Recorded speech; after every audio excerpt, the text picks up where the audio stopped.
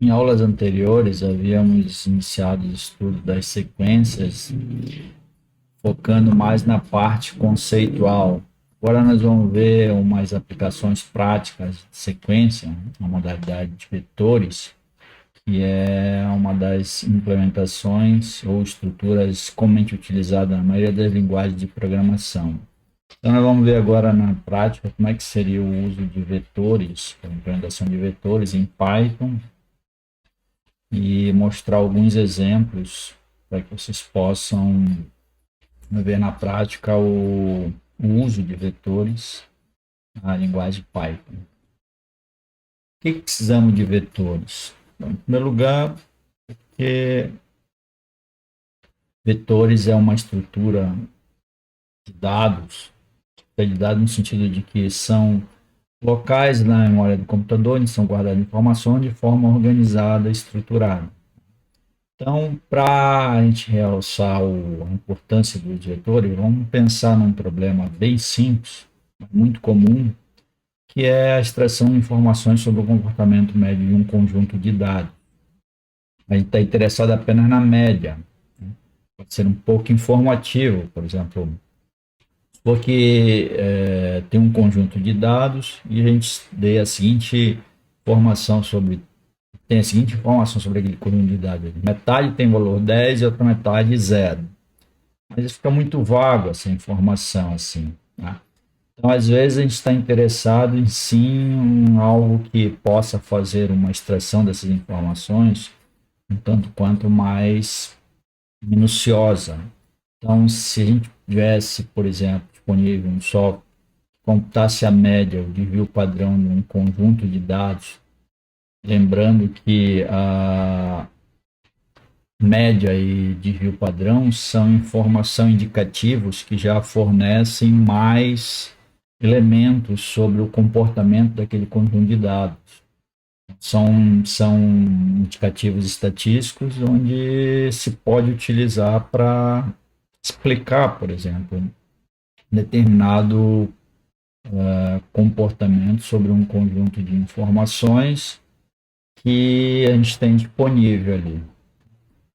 Então, para a gente só relembrar aqui, desvio padrão, é mais ou menos o quanto cada elemento do conjunto, se tiver um conjunto de dados, se dados forem, por exemplo, relativa à altura dos alunos de uma determinada disciplina, a gente quer saber a média dessas alturas e o desvio padrão dessas informações coletadas sobre as alturas dos alunos. O desvio padrão, na verdade, é só um outro indicativo estatístico que mede, dentre outras coisas, o quanto cada itemzinho daquele conjunto está afastado da média.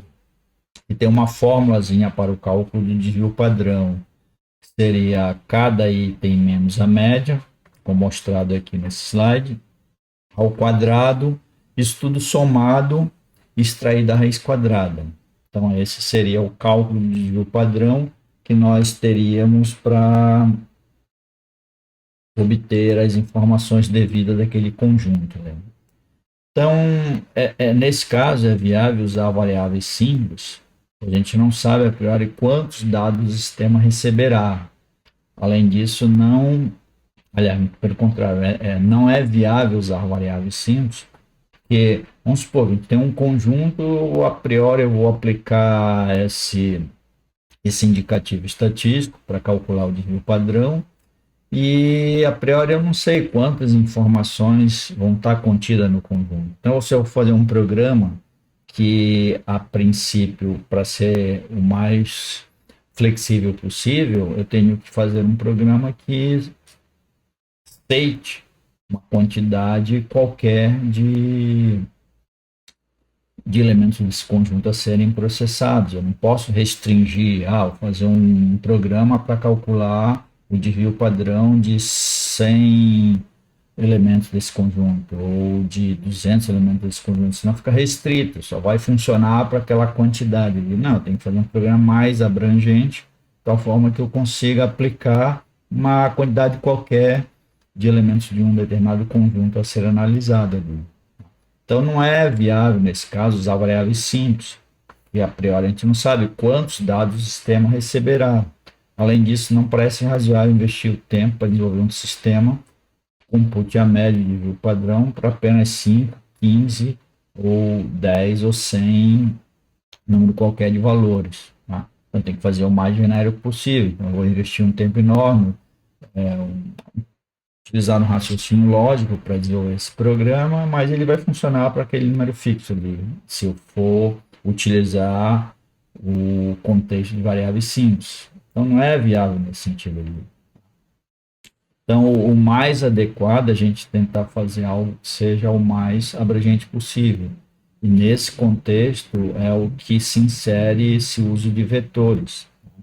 Então, se a gente quiser fazer um programa que possa ser utilizado hoje, amanhã e sempre, independente da quantidade de informações na qual vão estar sendo processadas, eu tenho que pensar numa forma de guardar essas informações, tais quais elas sejam processadas à medida em que vão sendo recebidas ali. Tá? Então, nesse sentido é que esse conceito de vetores ele se encaixa perfeitamente, porque a gente pode pressupor que o conjunto de dados terá uma quantidade de n de valores e esses n valores poderão ser lidos adequadamente, guardados e processados. Possa ser computado a média e o desvio padrão.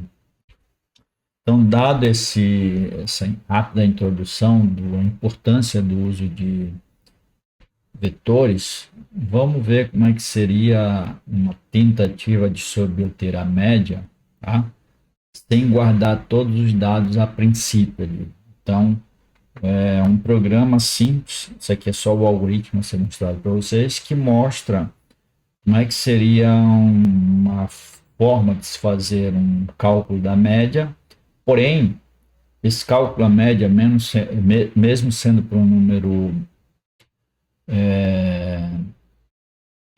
qualquer de elementos a ser calculada essa média, eu, ao implementar esse programa, a princípio eu não tenho esse registro dessas informações. Então, eu faço o recebimento das informações provenientes do conjunto, faço o processamento relativo ao cálculo da média, mostro a média no final, porém todas as informações foram perdidas, uma vez que não foram guardadas.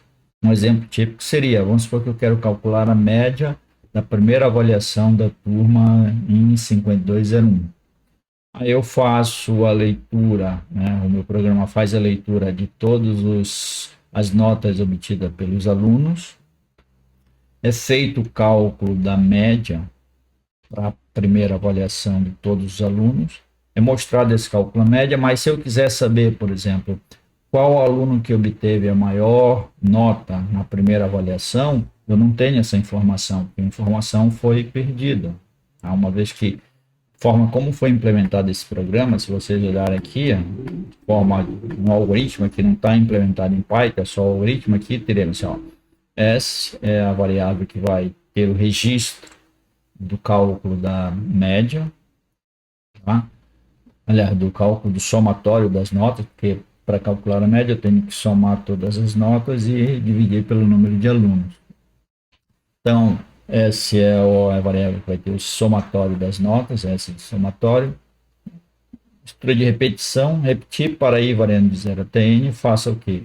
Leia um valor referente a uma nota, onde está aqui descrito por lx. Depois eu tenho uma soma acumulada, que é dada por S, recebe S mais X, ou seja, cada valor X representa um número, se fosse uma nota, né? Nesse contexto do cálculo da média das notas da primeira avaliação, X é como se fosse uma nota lida ali. Então, faz a soma do valor do S anterior mais a nota lida atual. Inicialmente o valor do S é 0, 0 mais a primeira nota lida, S vai ter o valor da primeira nota lida. Próxima, repete o processo, próxima nota será lida, aí vai ter o somatório da primeira nota com a segunda e assim para todas as notas. No final, é só mandar fazer a divisão entre o somatório das notas lidas dividido por n, que seria a quantidade de elementos do conjunto.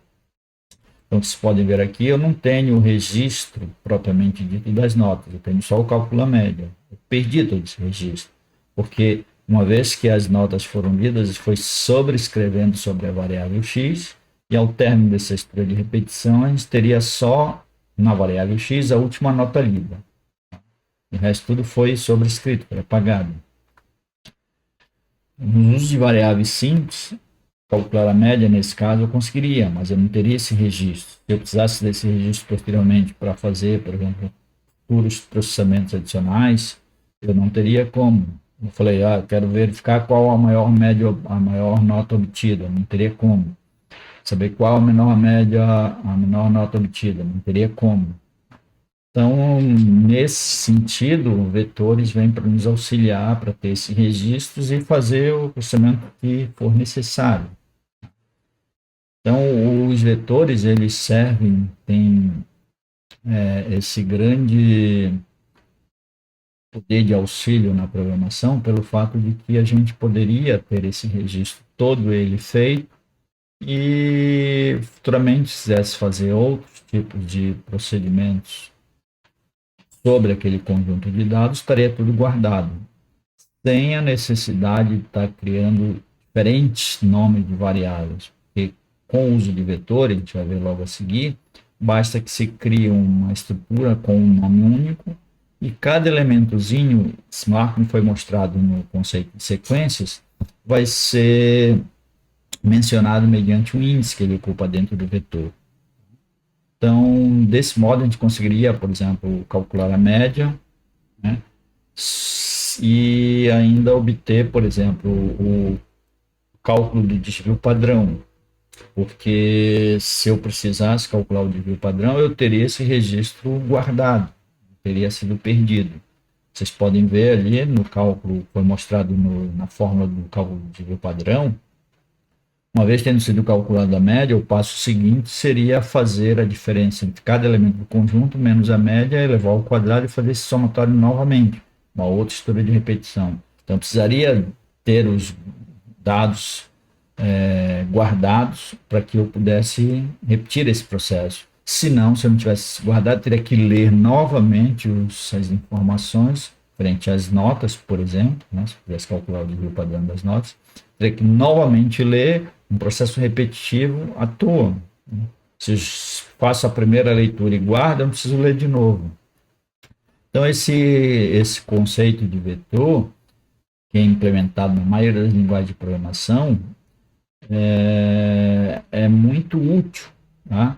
Porque a ideia é reservar uma variável única que tem acesso a várias posições de memória e ao explorarmos os índices dessas posições de memória, a gente consegue ter acesso às informações. É como se eu estivesse, por exemplo, construindo um grande armário, eu citei para vocês essa analogia, um grande armário, onde esse armário seria composto de várias gavetas, onde cada gaveta seria o registro das informações guardadas nessas gavetas. Para que eu possa obter essas informações, basta mencionar um índicezinho que a gaveta ocupa dentro desse armário. A primeira gaveta teria o índice 0, a segunda gaveta é índice 1, a terceira gaveta é índice 2, e assim sucessivamente. Então, se eu quiser mencionar uma das informações contidas nessas gavetas, eu menciono o nome do armário e um índice da informação em uma das gavetas que eu quero obter a informação. Então, se eu mencionar mediante o nome do armário e o índice, eu estou acessando automaticamente a informação contida naquela gaveta. Geralmente, um vetor é dito como sendo um agregado de dados de um mesmo tipo básico. Então, esse conceito de vetor é um pouco mais, digamos assim, restrito no sentido mais abrangente da linguagem de programação, porque normalmente ele faz referência às informações contidas nesses armários dentro dessas gavetas, mas todas do mesmo tipo. Isso quer dizer o seguinte: se eu crio um vetor e esse vetor um vetor de números inteiros, todas as gavetas guardarão só números inteiros. Se eu crio um vetor e esse vetor é um vetor de números reais, todas as gavetas ou posições desse vetor são todas elas compostas de números reais, e assim sucessivamente. Só para os efeitos ilustrativos aqui, a gente tem aqui se fosse uma radiografia da memória do computador. Quando a gente cria um vetor, o que se tem internamente seria, né, várias posições consecutivas de memória, onde cada uma dessas posições teria uma informação em binário.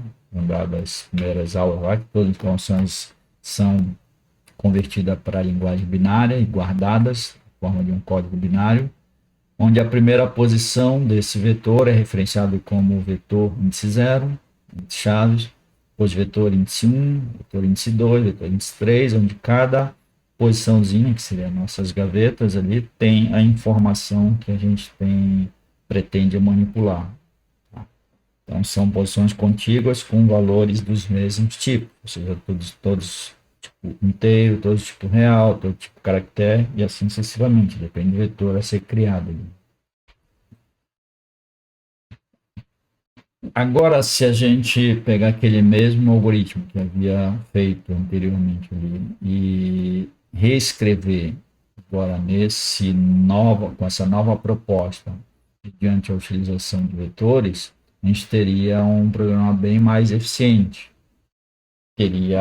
A lógica seria praticamente a mesma, só que ao invés de usar variáveis simples, usaríamos vetores. Como é que ficaria o algoritmo? Não ainda na linguagem Python, mas sim em forma algoritmo.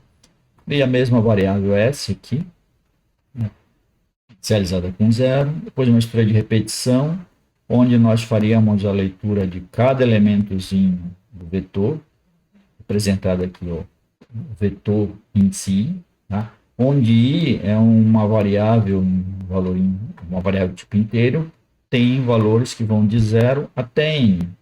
Então, eu vou preenchendo os elementos desse vetor e fazendo os índices variados. Então, como está dentro de uma história de repetição, teria um somatório com os elementos do vetor. Tá? Obviamente que aqui não está descrito a priori a leitura dos elementos do vetor. Já estou partindo do pressuposto que o vetor foi todo ele preenchido, foi todo ele lido. Né? Só estou mostrando aqui o código referente ao somatório propriamente dito, para preparar para o cálculo da média. O final seria mostrar o cálculo da média, assim, lá no caso anterior, feito da seguinte forma. Média recebe S dividido por N. Então, o somatório dividido pela quantidade de elementos do vetor. E se eu quisesse dar prosseguimento no cálculo, por exemplo, do desvio padrão, seria pegar o mesmo vetor preenchido, com as informações lá guardadas e preservadas, e utilizar uma outra estrutura de repetição, onde nós teremos aqui uma variável de auxiliar, recebe vetor em si, sendo que está variando de 0 até n, ou seja, eu vou pegar cada elementozinho do vetor, cada elemento do conjunto, né? Ou aquele contexto de sequência, cada elemento da lista, subtrair da média calculada no passo anterior e fazer o somatório dessa diferença entre cada elemento da média ao quadrado.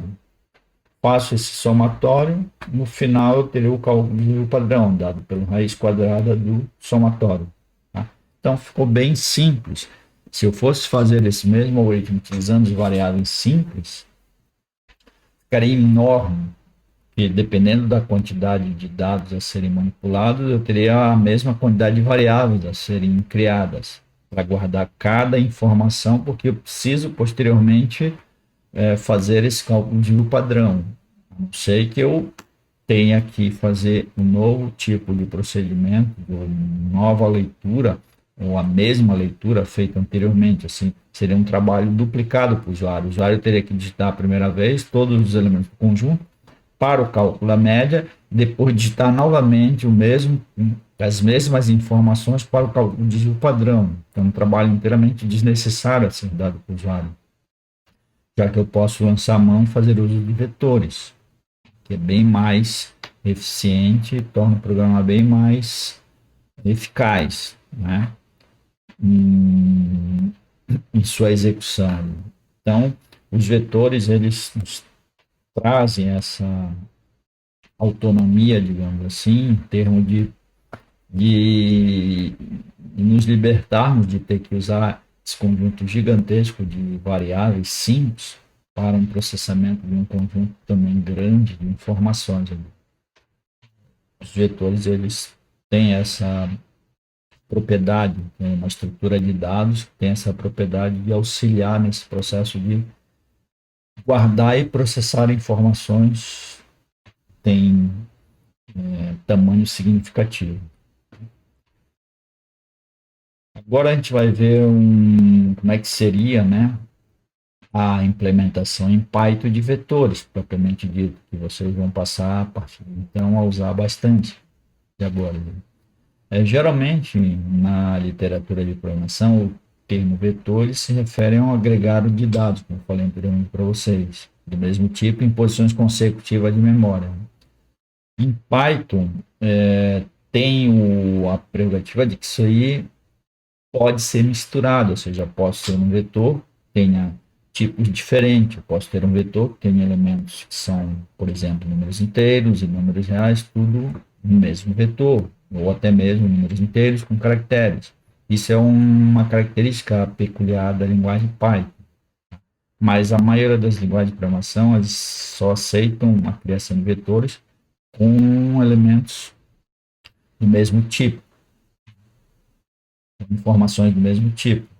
Diferentemente de Python, tem essa flexibilidade maior aqui. Então vejamos alguns exemplos de vetores, onde a gente tem aqui, é bem parecido com o que vocês estudaram. São listas, né? Listas e tuplas aqui. Lista, colchete 3, recebe 3, ou seja, a gente cria um vetor, cujo nome é lista, e estou atribuindo a quarta posição desse vetor o valor 3, T. Criei uma tupla, né? E criei um vetor, cujo nome é tupla, e na quarta posição atribui o valor 3 também. Se eu mandar mostrar o conteúdo desses dois vetores, sairia 3 e 3. Eu posso aqui um exemplo de um comando print, né, que ele pode ser utilizado com um formatador. Então, tem lista igual, aspas duplas, listas igual, porcentagem S. Tá? Porcentagem S, isso aqui significa que vai ser mostrado aqui, no caso, uma lista, vírgula, depois uma outra lista, porcentagem S também, vírgula, lista 3 igual porcentagem D. Então, esse porcentagem S aqui significa que vai ser mostrado, no lugar desse porcentagem aqui, vai ser mostrado o conteúdo da lista cujo nome é lista. Né? Seria um string de caracteres aqui. Então, esse 3 aqui seria interpretado como um caractere. Dupla, porcentagem S, também vai ser mostrado no lugar desse porcentagem S, vai ser mostrada a informação dupla, e no lugar desse porcentagem S vai ser mostrado o conteúdo desse vetor.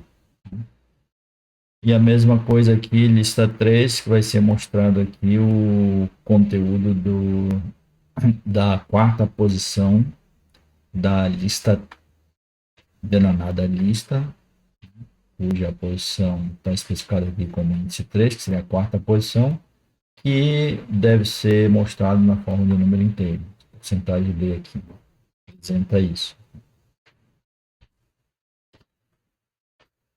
Agora vamos ver a forma clássica de fazer a leitura ou preenchimento de um vetor mediante programação, que é o mais comumente utilizado, essa forma mais simples aí, tá? Existem outras maneiras, mas é a forma mais simples de fazer o preenchimento de um vetor onde primeiramente tem que se definir, dentre outras coisas, qual a dimensão do vetor, ou seja, quantos elementos esse vetor terá. Como é que a gente faz isso aqui? Cria uma variável denominada m e atribui a essa variável um valor que o usuário irá digitar. E essa variável, automaticamente, ela é do tipo inteiro. Okay? Então, eu fiz aqui uma atribuição para a variável m, um valor inteiro, para ser a referência do tamanho desse vetor a ser criado. Na sequência aqui, eu crio o vetor propriamente dito. De que maneira? Né? Usando aquela função list, eu crio um vetor, lembrando que um vetor é uma lista, onde a este vetor eu estou atribuindo os valores de 0 até -1. Lembrando que a função range aqui ela cria elementos, né, inteiros aqui nesse caso, que vão de 0 até m-1. Então, eu criei uma lista nesse caso aqui, contendo esses valores, que seria além do dimensionamento do vetor propriamente dito, já o preenchimento feito automaticamente ali. Ou poderia fazer manualmente, o usuário poderia entrar com esses valores ali. Na sequência, eu teria aqui uma variável denominada tamanho, onde essa variável tamanho, ela vai fazer o quê?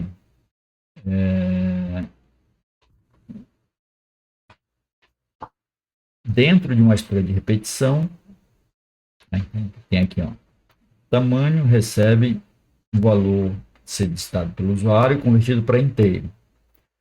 Por que eu usei esse tamanho aqui? Para que eu possa utilizar uma história de repetição, que isso aí vai me definir exatamente a quantidade de elementos que o usuário deverá digitar. E aí eu faço isso de que maneira? Utilizando aqui esse comando int input, mas antes de, né, dentro de uma história de repetição, para ir variando de 0 até tamanho, então é for i in range 0 até tamanho, está aqui descrito aqui, teríamos o que? Print aqui, digite elemento do vetor, porcentagem D, implica porcentagem e mais end.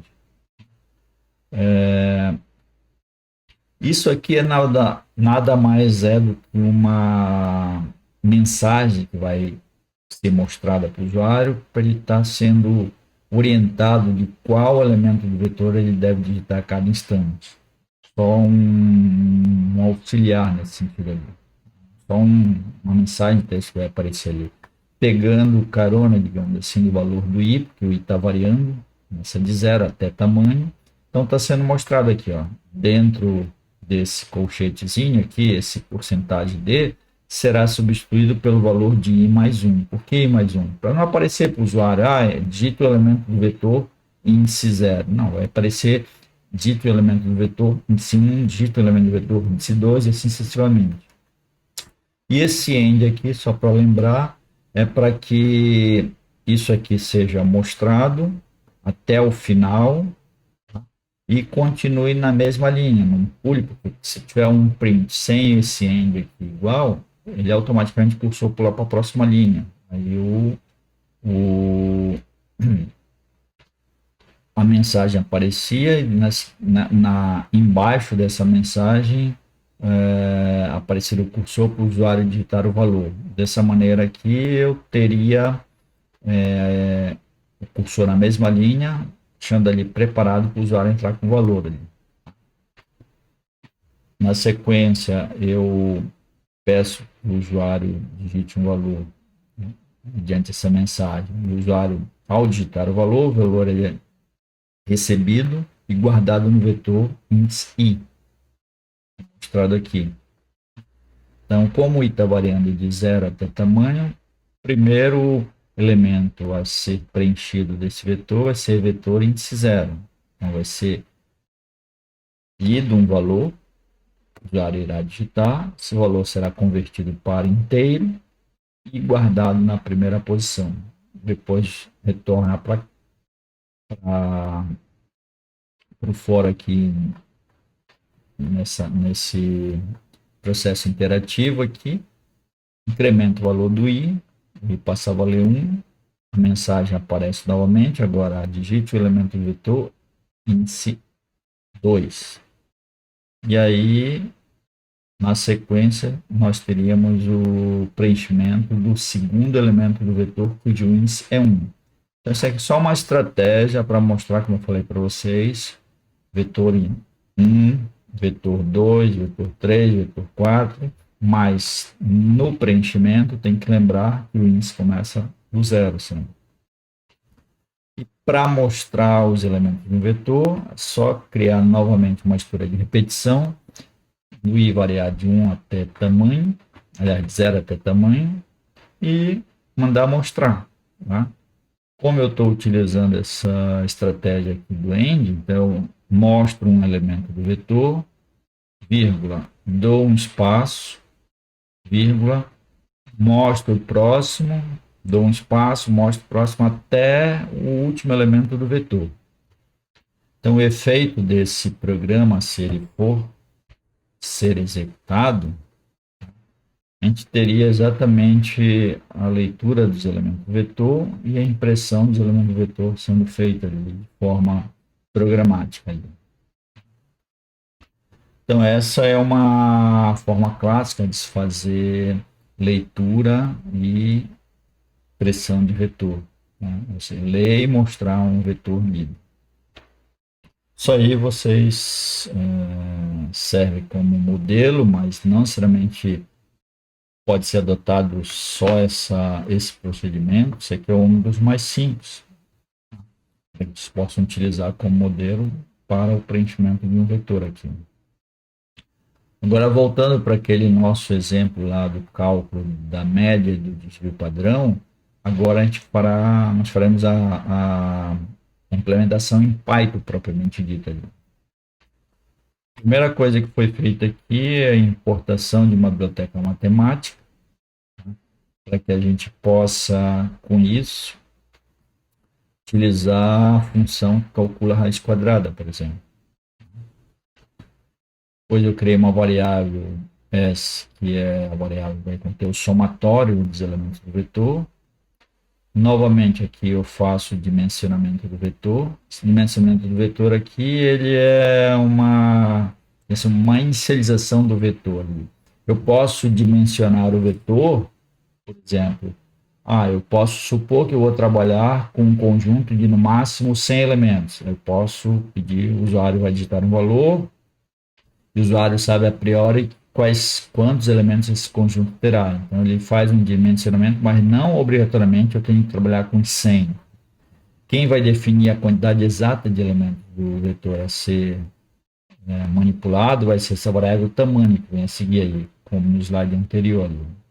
Então, para ir variando de 0 até tamanho, faço o quê?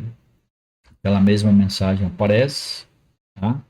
Depois eu tenho aqui, no caso, a leitura dos elementos do vetor, só que, diferentemente do slide anterior, os elementos agora a serem preenchidos desse vetor serão todos eles do tipo real. São valores tipo real, porque eu vou manipular valores tipo real. Então, os reais aqui, no caso, aqui, os valores reais a serem manipulados, eles é o que formarão esse meu vetor aqui. Utilizei para isso, em vez da função int, usei a função float ali. Uma vez tendo sido preenchido o vetor, o passo seguinte seria fazer o cálculo do somatório. Eu vou utilizar uma outra estrutura de repetição. Então, uma estrutura de repetição para a leitura do vetor, valores eles todos reais. Depois, um preenchimento uma vez tendo sido preenchido os elementos do vetor, o passo seguinte seria fazer o cálculo do somatório, preparando para o cálculo médio. Tendo sido feito o cálculo, o somatório dos elementos do vetor, como é que eu faço? Utilizando uma estrutura de repetição. Se vocês lembrarem dos slides anteriores, dá para usar aquela função de sum. tá? E faz em uma linha só, faz o somatório de todos os elementos de um vetor, por exemplo. Eu coloquei aqui como comentário nessa linha abaixo aqui. Então, essas duas formas, que ou usa a estrutura de repetição ou usa a função suma. Por isso que eu mostrei naquele slide várias funções e métodos que podem ser aplicados aqui também. Uma vez tendo sido feito o cálculo somatório, o que eu faço agora? O cálculo da média. Então, média é somatório dividido pela quantidade de elementos do vetor, que é o tamanho. Mostro a média. Uma vez tendo sido calculada a média, eu já estou preparado para o cálculo de desvio padrão. Para calcular o desvio padrão, eu preciso do cálculo da média, primeiramente. Para o cálculo do desvio padrão, crio uma outra estrutura de repetição. Observe que eu fiz bem passo a passo, poderia botar tudo num laço de repetição único ali, mas eu fiz tudo passo a passo para mostrar separadamente aqui essa importância dos vetores, pelo fato de guardar as informações e não serem perdidas todas. Aí, utilizando aquela lógica que foi mostrada no algoritmo anteriormente, teria a variável auxiliar. A essa variável auxiliar eu vou fazer o que? A diferença entre cada elementozinho do vetor menos a média. Feito essa diferença, eu faço o somatório dessa diferença, mas lembrando que esse somatório é com o valor da diferença ao quadrado, que é o que está sendo mostrado aqui. S recebe S mais POW. POW é a função da biblioteca matemática que eleva um número a um expoente, tá? Uma base a um expoente. Nesse caso aqui, a base seria AUX, da fórmula de desvio padrão, é cada elementozinho menos a média ao quadrado. Então, AUX tem essa informação, cada elemento menos a média. Vírgula 2, então é elevar a AUX ao quadrado, com a função POW. Feito o somatório da diferença entre cada elemento menos a média, o passo seguinte seria calcular o desvio padrão. O desvio padrão é calculado mediante o acionamento da função sqrt da biblioteca matemática, utilizando dessa maneira, mostrada aqui. S, que é o nome da biblioteca matemática, ponto sqrt, que é o nome da função, passando como parâmetro S, que é esse somatório último aqui. Cálculo do padrão propriamente dito. E aí depois é só mandar mostrar a média e o desvio padrão. Aí foi utilizada aqui uma estratégia para mostrar esse valor da média da seguinte maneira. Então vai aparecer a string média, recebe porcentagem 4.2F. O que significa isso aqui? Isso aqui, tá, vai ser substituído. Então, aspas duplas, média igual porcentagem 4.2 F, fecha aspas duplas. Então, onde tem porcentagem 4.2 F, será substituído pelo que vem após aspas duplas, precedido do sinal de porcentagem, para fazer uma correlação aqui. Então, o valor está na variável média, é o que irá substituir essa formatação aqui. Isso aqui é um código de formatação que a gente chama. Então, substitua isso tudo aqui pelo valor da variável média. Substitua o quê? O conteúdo da variável, o que está nessa variável média aqui, eu vou limitar em 4, né? 4, como se fosse 4 campos, né? 4, se vocês pensarem em posições, 4 posições, um valor a ser mostrado com um tamanho máximo de 4 dígitos, sendo que desses 4, 2 são reservados para ponto flutuante, ou seja, para as casas decimais. Então, mostre um valor com um tamanho de 4 dígitos no máximo, que está dito aqui, sendo que desses 4, 2 são para casas decimais. E que valor é esse mostrado? É ou está na variável média. Vírgula, abrir um aspas duplas aqui, barra N, que é para pular para a próxima linha, escreve string de desvio padrão igual, similar ao caso da média, porcentagem 4.2F, fecha aspas duplas, porcentagem desvio. Então, nesse caso aqui, será esse 4.2f será substituído pelo conteúdo da variável desvio, que foi calculado no passo anterior.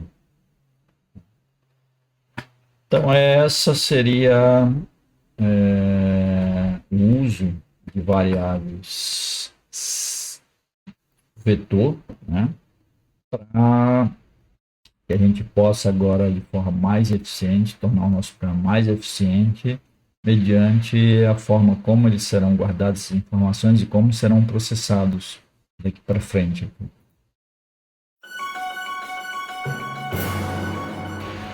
Vejamos agora aqueles programas que foram mostrados no slide em execução no ambiente de desenvolvimento para programas em Python. Aqui. Normalmente começando com aquele que mostra a leitura e impressão de vetor. Então aqui o M, né, sendo mostrado aqui como sendo a variável inicial para que a gente possa fazer a inicialização do vetor, porque o interpretador Python ele requer que quando a gente vai utilizar um vetor, ele tenha que ser previamente inicializado. Então esse M aqui, na verdade, ele determina o que a gente chama de inicializar o vetor. Inicializar o vetor, eu inicializei aqui, poderia inicializar ele todo ele sem nada dentro, ou inicializei aqui criando uma lista com valores que vão de 0 até n, mas é só uma maneira de inicializar. Por exemplo, o efeito dessa inicialização aqui, se a gente mostrar, né, seria resultante, teríamos este seguinte lista criada aqui. Então, dimensiona os elementos do vetor, vamos supor, quero trabalhar com no máximo 10 elementos, mas não obrigatoriamente com 10, estou inicializando aqui. O efeito disso foi uma criação de uma lista que vai de 0 até 9, ok? Aí depois digite a quantidade de elementos do vetor, aí sim, agora são os elementos do vetor para a medida que eu irei trabalhar, supondo que são só 5, aí eu digito sim. E aqui pede-se para entrar com os elementos do vetor. Então, digite o elemento do vetor aqui. Onde é que a gente está? Está dentro dessa estrutura de repetição aqui. Aparece, né? Onde aparece a mensagem aqui. Ó, digite os elementos do vetor. Tá? Então, digite os elementos do vetor. Qual elemento? O usuário tem a clareza de qual elemento ele deve digitar nesse instante. Digite o elemento do vetor índice 1. Que é índice 1? Que eu montei essa estratégia aqui, ó, de i mais 1. O valor do i é 0, mais 1 dá 1. Por isso que aí eu vou digitando os elementos do vetor. 1, 2, 3, 4, 5. Trabalhar com 5.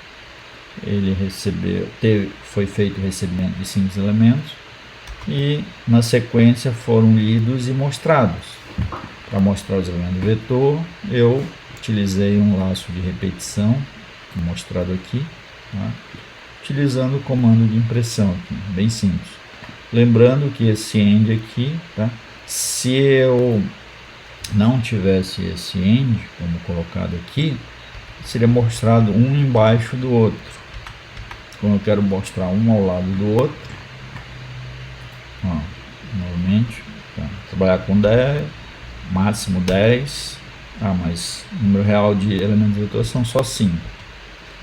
Aí, os elementos a serem digitados, aparecer aqui um embaixo do outro, mas como eu quero que apareça um ao lado do outro, é só acrescentar aqui vírgula, end igual, posto, abre e fecha a posta. Aí com isso permite com que, né, então 10, quantidade de elementos 3, 1, 2, 3. E aqui esse end aqui também, ó, se eu tivesse suprimido aqui aquela mensagenzinha que aparece, aí o cursor é jogado para a linha de baixo e aí o usuário teria que, ó, 10, mas só vou trabalhar com 3. O cursor já está aqui embaixo agora, aqui, ó, que eu retirei o end. 1, 2. Se eu quiser que o usuário digite os valores dessa forma, como foi mostrado aí, eu tiro, suprimo o end, senão eu retorno com end para que seja mostrado logo após aquela setinha ali. É só a forma de poder mostrar e orientar o usuário na entrada dos dados ali. Mas o importante é vocês inicializarem o vetor. Tá? Então, foi inicializado com os valores ali de 0 até 9, mas não necessariamente eu vou trabalhar com esses valores. Eu poderia trabalhar com eles, mas como eu quero que o usuário digite os valores, eu peço que ele determine a quantidade de elementos do vetor, que isso aí torna o programa bem mais abrangente. 6, 7, 8, 9, 10, e aí os elementos que eu digitei, o usuário digitou, para serem processados ali. Agora vamos ver o exemplo do cálculo do desvio padrão, da média do desvio padrão. Então aqui a primeira coisa que eu fiz foi a importação da biblioteca matemática para poder usar a função sqrt lá no final. Se dizer uma variável, né, que é a variável que vai conter o somatório tanto para a média, para o cálculo da média quanto para o cálculo do desvio padrão. Aqui eu faço a inicialização do vetor, novamente, similar ao caso anterior. E depois segue-se a entrada dos dados. Então vamos supor que eu vou trabalhar com até 10 elementos. Mas eu não, o usuário não vai digitar os 10, ele só vai decidir que ele vai trabalhar cálculo de a média de 5 elementos e o desvio padrão desses 5 elementos. Então, o tamanho do vetor propriamente dito que o usuário definiu são 5 elementos. Quais são os elementos desse vetor? 1, 2, 3, 4 e o 5. Aí é feito o cálculo da média, né? A média entre 1, 2, 3, 4, 5, 3. O desvio padrão deu 5 aqui nesse caso. Seria todo esse procedimento feito de acordo com mostrado lá nos slides ali. Então esse aqui é o programa em execução, mostrando que aqui o que posso realçar para vocês. Na verdade já falei tudo lá nos slides, mas é só print, forma como os dados a serem mostrados, aqui ó, aparece, né? Falei para vocês, média é a mensagem que eu quis que fosse mostrado.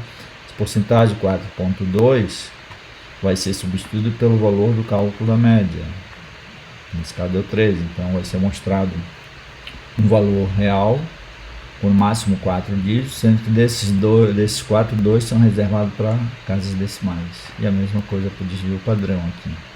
Tá?